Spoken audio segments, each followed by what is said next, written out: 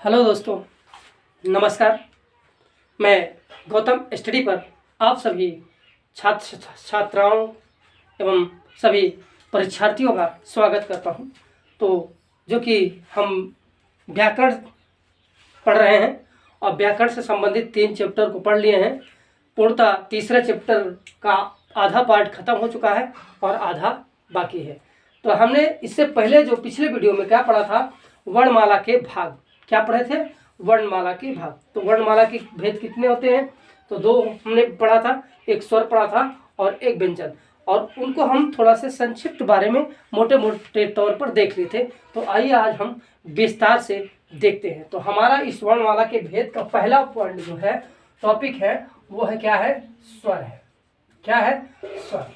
और स्वर किसे कहते हैं, इसको हमने आपको पिछले वीडियो में बखूबी से समझा दिया था, पढ़ा भी दिया है। तो आइए देखते हैं स्वर की विस्तार रूप से स्वर की परिभाषा। क्या देखते हैं, स्वर की परिभाषा। ठीक है, अर्थात स्वर कहते किसे हैं। ठीक है, और स्वर क्या है। तो स्वर आइए देखते हैं कि वे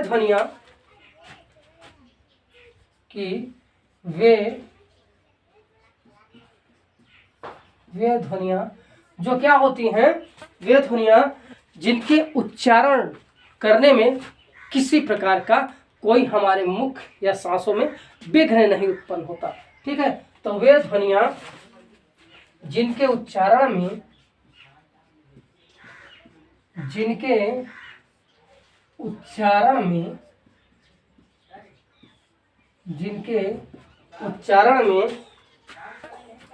हवा मुख से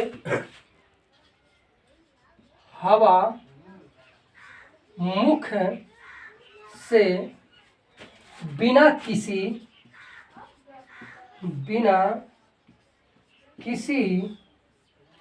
बाधा के बाहर निकल जाती हैं। क्या होती हैं, बाहर निकल जाती हैं। बाहर क्या होती हैं, निकल जाती हैं, अर्थात मुखांग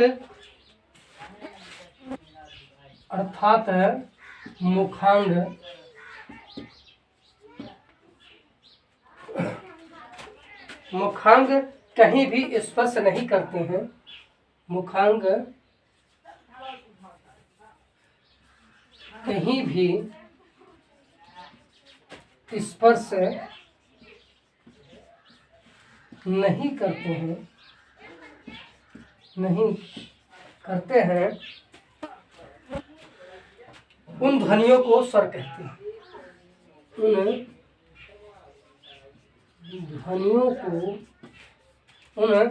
ध्वनियों को स्वर कहते हैं। क्या कहते हैं, स्वर कहते हैं।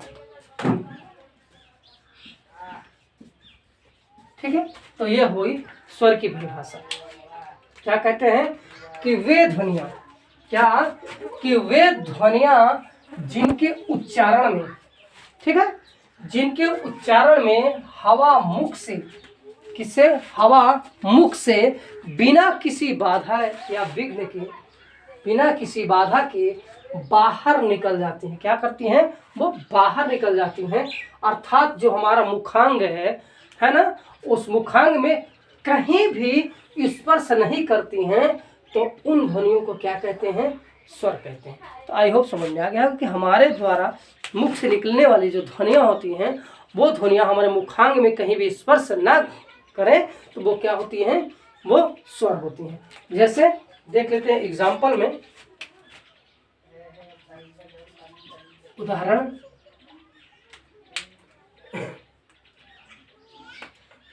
में देखते हैं।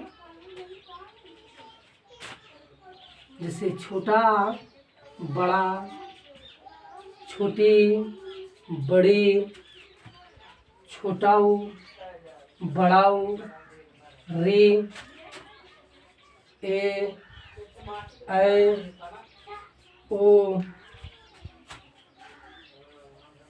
आओ। ठीक है, कुल ये कितनी, 11। कितने 11 स्वर हैं। स्वरों की संख्या कितनी 11 है और हिंदी के स्वर कुल कितने हैं 11 हैं। ठीक है, और इन 11 स्वरों को बोलने में क्या होती है, हमारे मुखांग कहीं भी क्या है स्पर्श नहीं करते हैं। ठीक है, कहीं भी स्पर्श नहीं करते हैं, इसलिए इन्हें क्या कहा जाता है, स्वर कहा जाता है। तो आई होप स्वर की परिभाषा आप लोग को बाकायदे से समझ में आ गई होगी। तो आइए हम आगे पढ़ते हैं।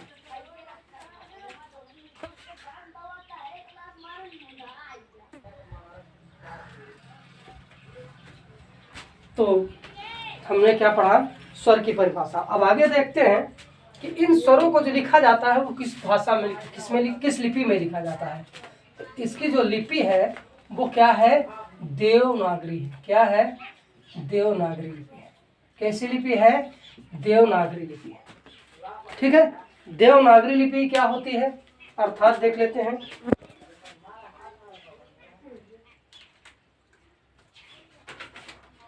कि मौखिक ध्वनियों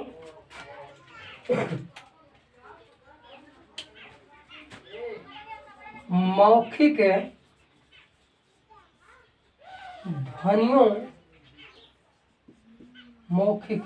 ध्वनियों के जिन चिन्हों द्वारा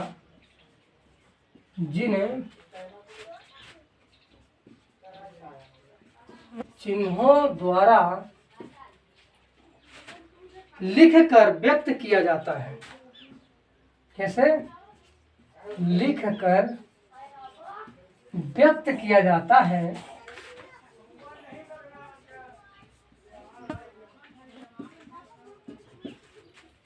व्यक्त किया जाता है उन ध्वनि चिन्हों को,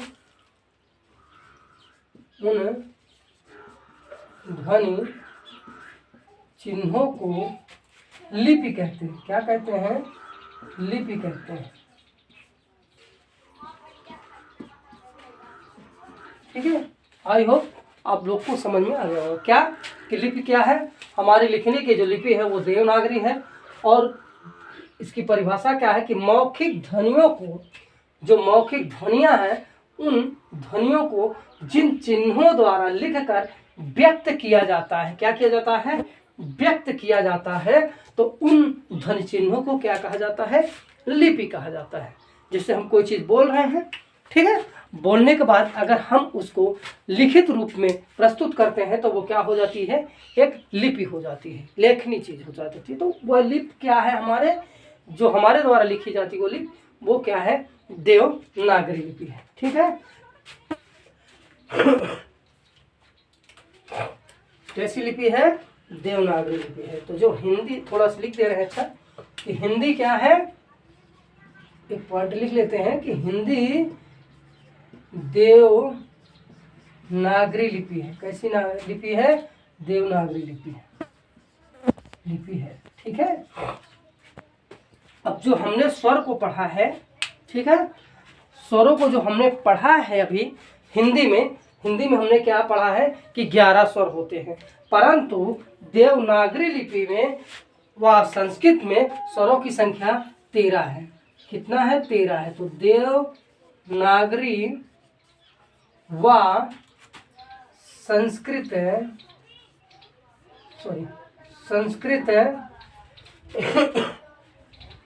स्वरों की संख्या, संस्कृत में स्वरों की संख्या कितनी है, स्वरों की संख्या 13 है। कितना है, 13 है। वो 11 और 2 13 कौन से हैं, जो आयोग व और जो अनुस्वार है, यह कहे तो है ना, अनुस्वार, वो दोनों क्या है, जिसे हम आहा और अन्न कहते हैं, उन दोनों के मेल से वो क्या हो जाता है, 13 स्वर। ठीक है, बाकी कहे तो एक टिप नोट से लिख लीजिए, एक टिप्पणी कहें या नोट कहें, नोट कर लीजिए कि हिंदी में शुद्ध रूप से, हिंदी में शुद्ध रूप से स्वरों की संख्या स्वरों की संख्या 10 मानी गई। कितनी मानी गई है? 10 मानी गई है।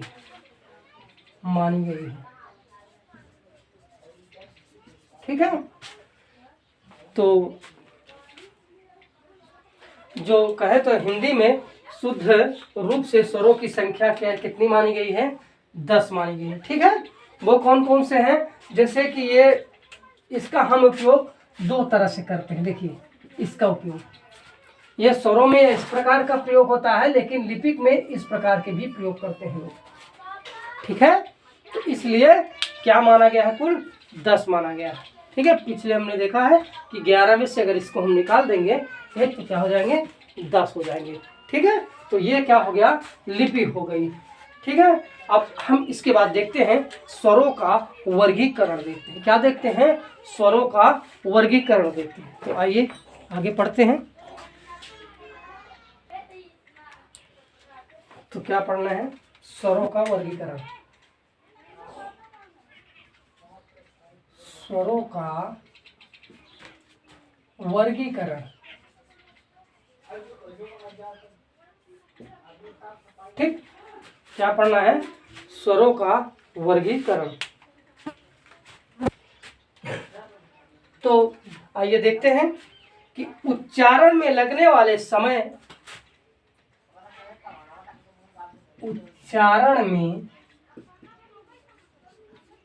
लगने वाले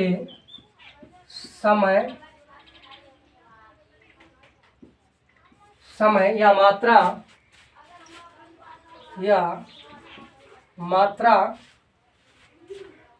या काल के आधार पर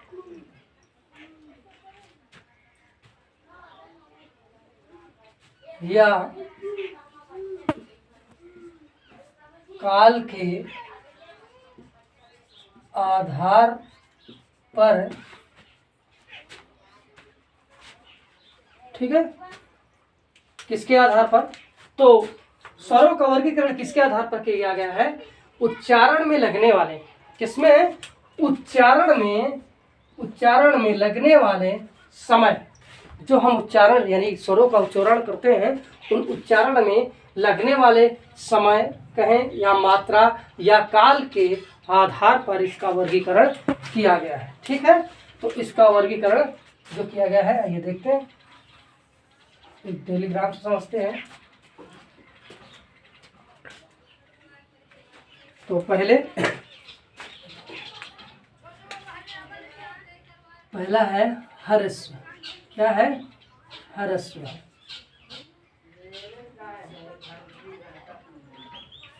पहला ह्रस्व है, या कहे तो लघु या लघु। ठीक है, ह्रस्व स्वर कहें या लघु स्वर कहें। ठीक है, और दूसरा दीर्घ कहें या गुरु कहें। दूसरा क्या है? दीर्घ स्वर कहें, ठीक है, या गुरु कहें। ठीक है, हिंदी में ये 2 प्रकार के स्वर माने गए हैं। ठीक है, कौन कौन से? एक ह्रस्व और दूसरा दीर्घ है, अर्थात एक लघु है तो दूसरा गुरु है। ठीक है, तो आगे देखते हैं कि वे स्वर जिनके उच्चारण में, ह्रस्व स्वर किसे कहते हैं? कि वे स्वर जिनके उच्चारण में अल्प समय या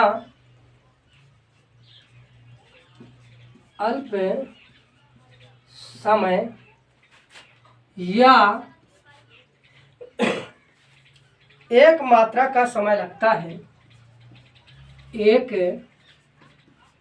मात्रा का समय लगता है। ठीक है, कैसे होता है? उन्हें ह्रस्व कहते हैं। कैसे लगता है? कि वे स्वर जिनके उच्चारण में, क्या है? जिनके उच्चारण में अल्प समय या कहे तो एक मात्रा का समय लगता है, तो वो क्या कहलाता है? ह्रस्व कहलाता है। जैसे आ, ई, ऊ, ठीक है, री। बात समझ में आ गया? ये कैसे हैं? ये ह्रस्व है। इनको बोलने में मात्र क्या होता है कि थोड़ा समय लगता है, या कहें तो 1 सेकंड का समय लगता है। आ बोल दिए, ई बोल दिए, ऊ बोल दिए, री बोल दिए। तो इसका मतलब इसमें कितना समय लगता है? केवल 1 सेकंड का समय लगता है। इसलिए इन्हें लघु या ह्रस्व कहते हैं। ठीक है, हमारे भाषा में जो कहा जाता है इनको छोटा कहा जाता है ना। हम लोग क्या बोलते हैं? छोटा आ, छोटी ई, छोटा ऊ और छोटी री। ठीक है, तो उसके बाद देखते हैं कि दीर्घ में वे स्वर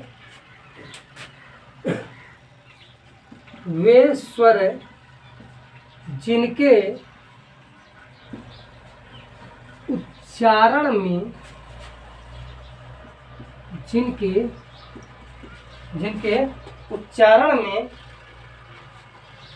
ह्रस्व स्वर की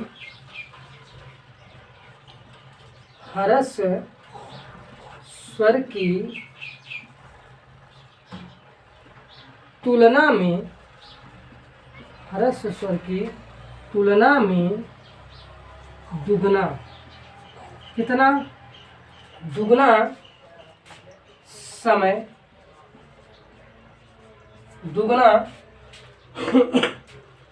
समय लगता है। दुगना समय लगता है।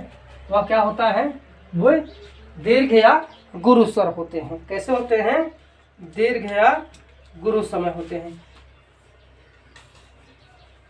या कहे तो 2 मात्राओं का समय लगता है। कितना? 2 मात्राओं का समय लगता है।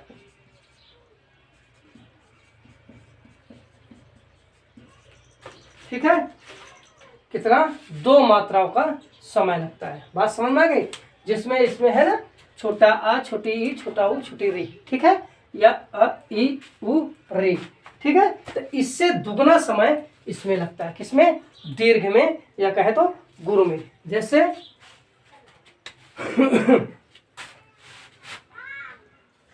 बड़ा आ या कहे आ, ई, ऊ, री। ठीक है,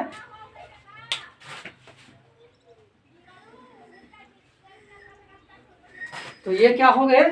ये दीर्घ या गुरु। ठीक है, आई होप समझ में आ गया होगा कि स्वरों का वर्गीकरण हिंदी में 2 प्रकार से किए जाते हैं। एक ह्रस्व होता है जिसे लघु कहते हैं, दूसरे को दीर्घ या गुरु कहते हैं।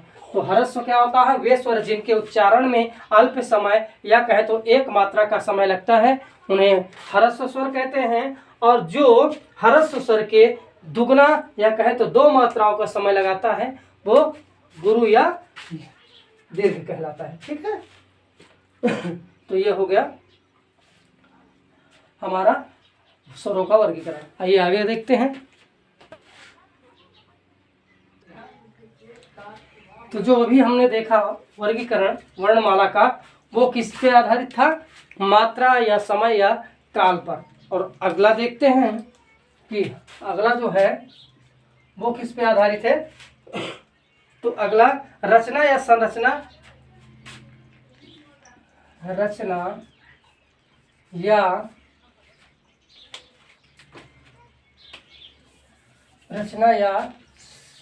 संरचना या बनावट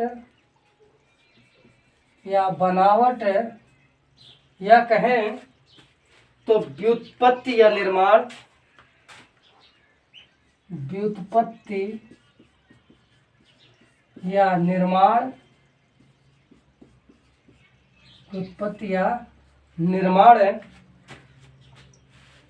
के आधार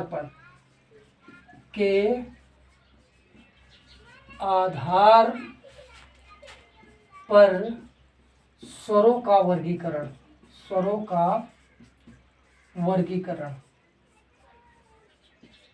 ठीक है, किसके आधार पर?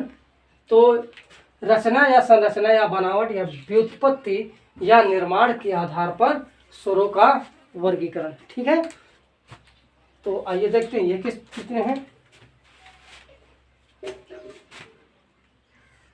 अच्छा, संस्कृत में हम एक टॉपिक और इसमें पढ़ते हैं स्वर में, जिसे हम क्या कहते हैं? प्लुत कहते हैं। तो उसको क्यों छोड़ते हैं, उसको भी थोड़ा समझ लेते हैं। क्या कहते हैं? प्लुत कहते हैं। ठीक है, तो आइए थोड़ा सा इसको समझ लेते हैं, तो आगे चलते हैं। क्योंकि इससे पहले हमने मात्रा के आधार पर पढ़ा है, तो ये जो प्लुत है वो भी मात्रा के आधार पर है। तो इसकी परिभाषा क्या होती है कि वे वर्ण, वे स्वर, ठीक है, जिनके उच्चारण में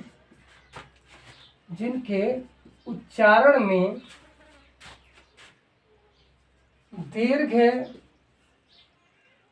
से दुगुना, ठीक है, दुगुना कहें या बहुत अधिक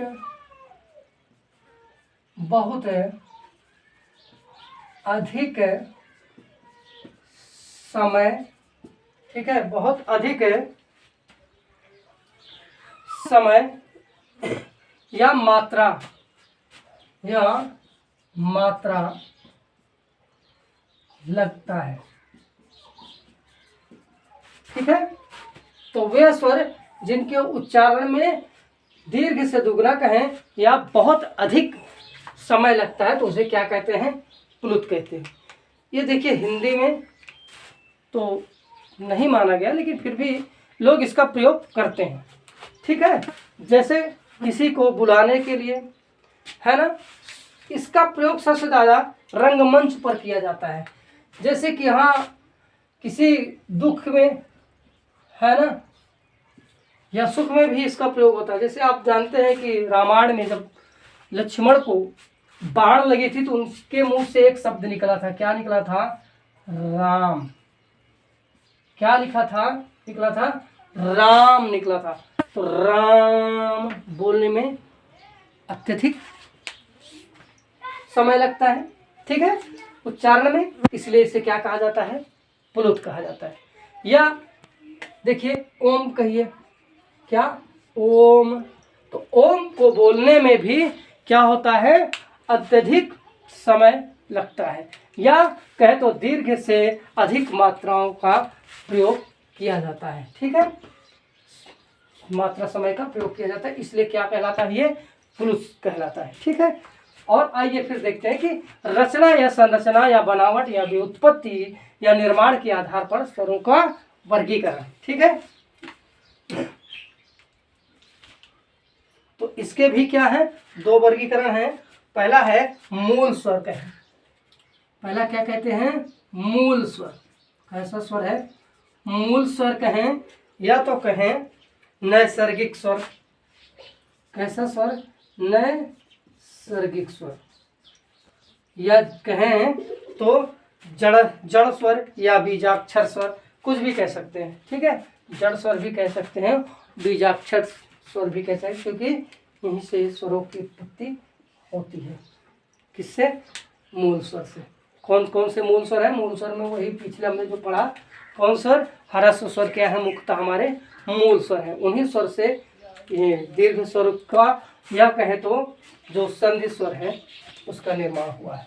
कौन सा संधि स्वर? संधि स्वर। ठीक है, इसको क्या कहते हैं? संधि स्वर। ठीक है, तो किसके आधार पर है ये? जो है इसके आधार पर, या कहे तो बनावट। ठीक है, बनावट,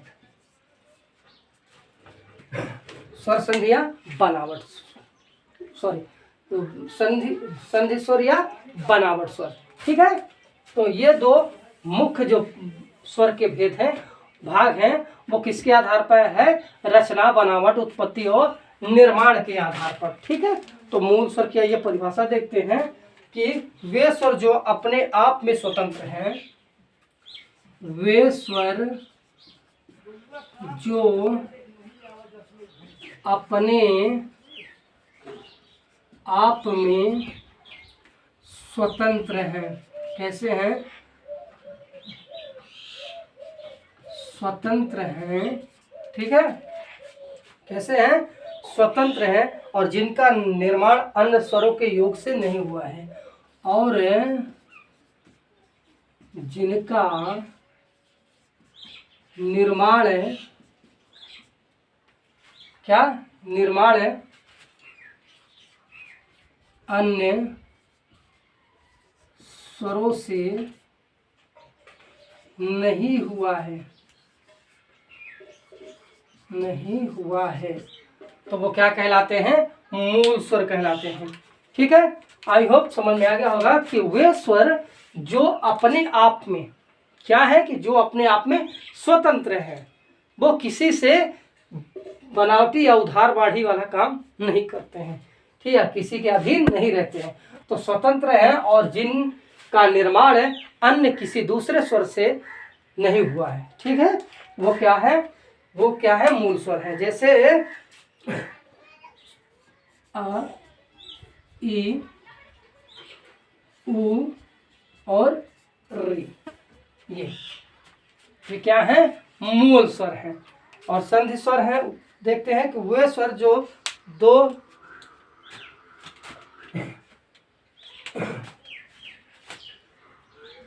वे स्वर जो दो स्वरों के संधि या मेल, संधि या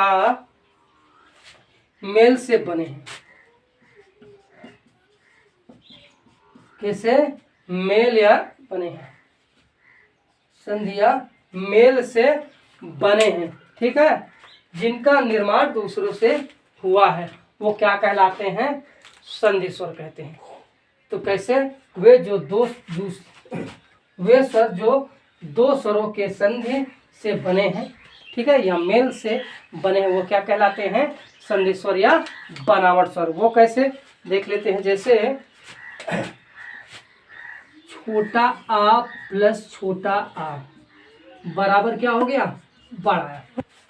ठीक है, ये दो स्वरों के मेल से कहें या संधि से बना है। ठीक है, उसके बाद छोटी ई प्लस छोटी ई बराबर बड़ी। उसके बाद छोटा ऊ प्लस छोटा ऊ बराबर बड़ा ऊ। ठीक है, उसी प्रकार छोटी री प्लस छोटी री बराबर बड़ी री। ठीक है, तो ये क्या हो गए? ये बनावट के आधार पर कहें या संरचना के आधार पर कहें या तो कहें संधि के आधार पर। क्या है ये जो है संधि स्वर है। ठीक है, तो ये किसके आधार पर? संरचना, बनावट एवं व्युत्पत्ति के निर्माण के आधार पर। कभी कभी पूछ लेता है, देखिए, कि समय काल आधार पर, ठीक है, या संरचना आधार पर मूल यानी वर्णमाला के जो स्वर हैं उनके भेद बताइए। ठीक है, तो आई होप आपको समझ में आ गया होगा कि मूल स्वर या कहें तो नैसर्गिक स्वर किसे कहते हैं, और संधि स्वर या बनावट के आधार पर स्वर किसे कहते हैं। आइए इसके आगे देखते हैं।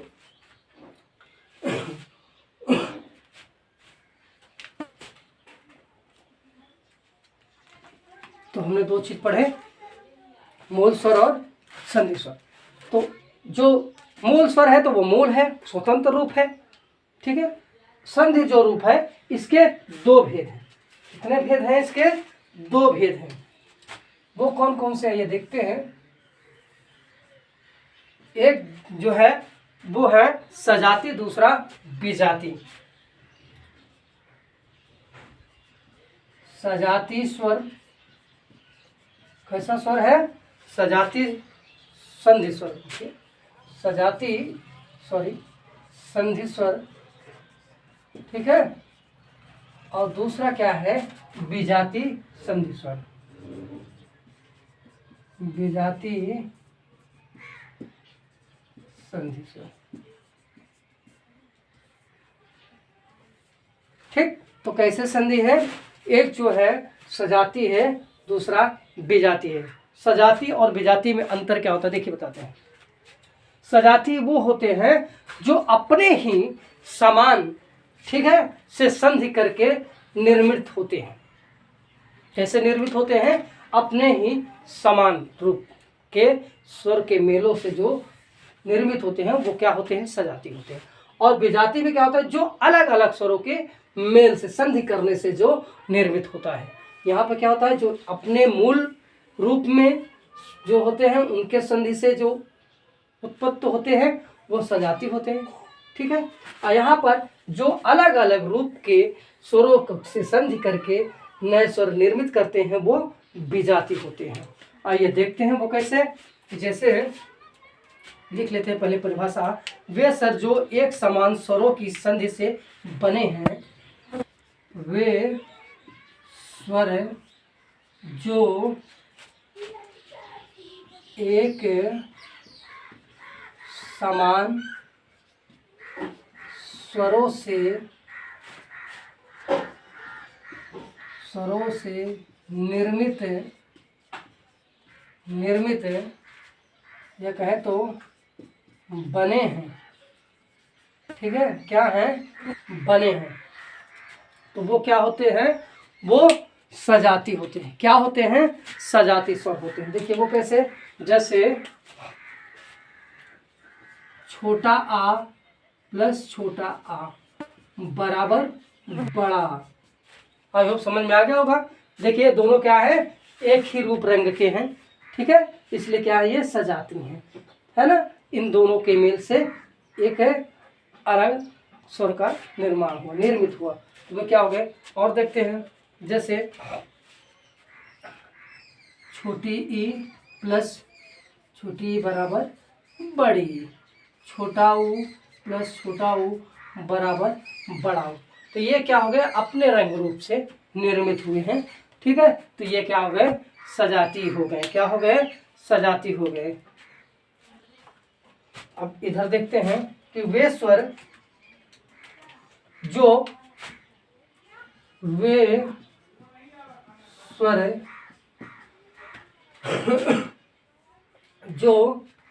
अलग अलग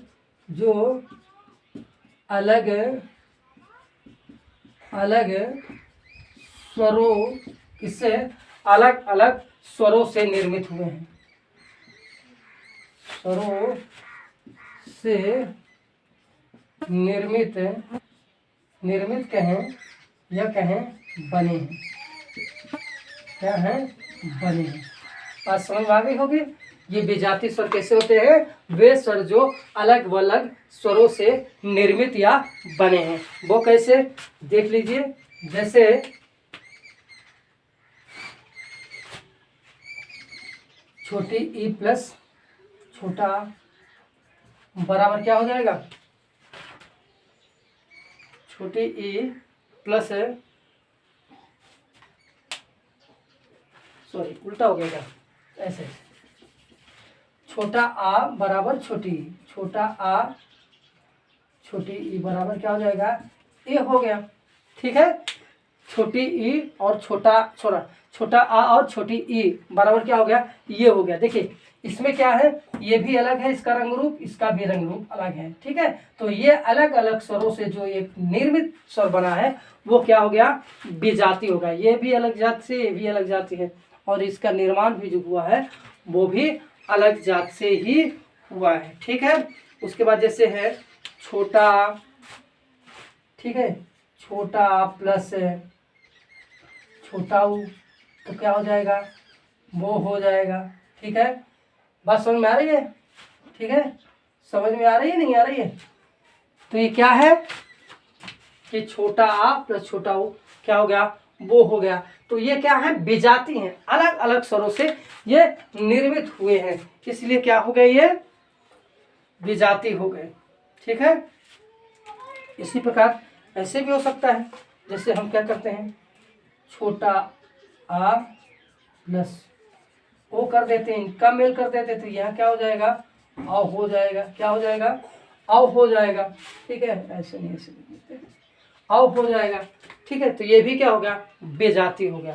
ठीक है, अब आई होप आपके समझ में आया होगा कि सजाती स्वर और विजाती स्वर क्या होते हैं। ठीक है, उसके बाद हम कल जो है इन सजाती और विजाती को विस्तृत रूप से पढ़ेंगे। आज की वीडियो यहीं तक, पर आप लोग से गुजारिश है कि आप लोग कमेंट में ज़रूर लिखिए कि आपको ये कैसी क्लास लगी। एक चीज़ और बता दे रहे हैं, ये हमारा व्याकरण का जो पोर्शन है वो आपको अधिक समय लगेगा पढ़ने में, लेकिन ऐसा मिलेगा आपको यहाँ पर कि आप एक बार पढ़ेंगे तो दोबारा आपको पढ़ने की आवश्यकता नहीं पड़ेगी। इस क्लास से आपको सारी छोटी बड़ी जानकारियाँ प्राप्त हो जाएंगी। आपको दोबारा किसी किताब या दोबारा किसी कोचिंग संस्था से पढ़ने की आवश्यकता नहीं पड़ेगी। इसलिए आप सबसे गुजारिश है कि आप लोग मेरे चैनल को सब्सक्राइब करिए, शेयर करिए, लाइक प्लस कमेंट अवश्य करिए। अगर आपको नोट्स की ज़रूरत है इन सब की, तो आप गौतम स्टडी का टेलीग्राम ग्रुप है उसको ज्वाइन करिए। आप सभी को हर तरह की सुविधाएं उपलब्ध कराई जाएंगी। आप लोग का गौतम स्टडी का वीडियो देखने के लिए बहुत बहुत धन्यवाद।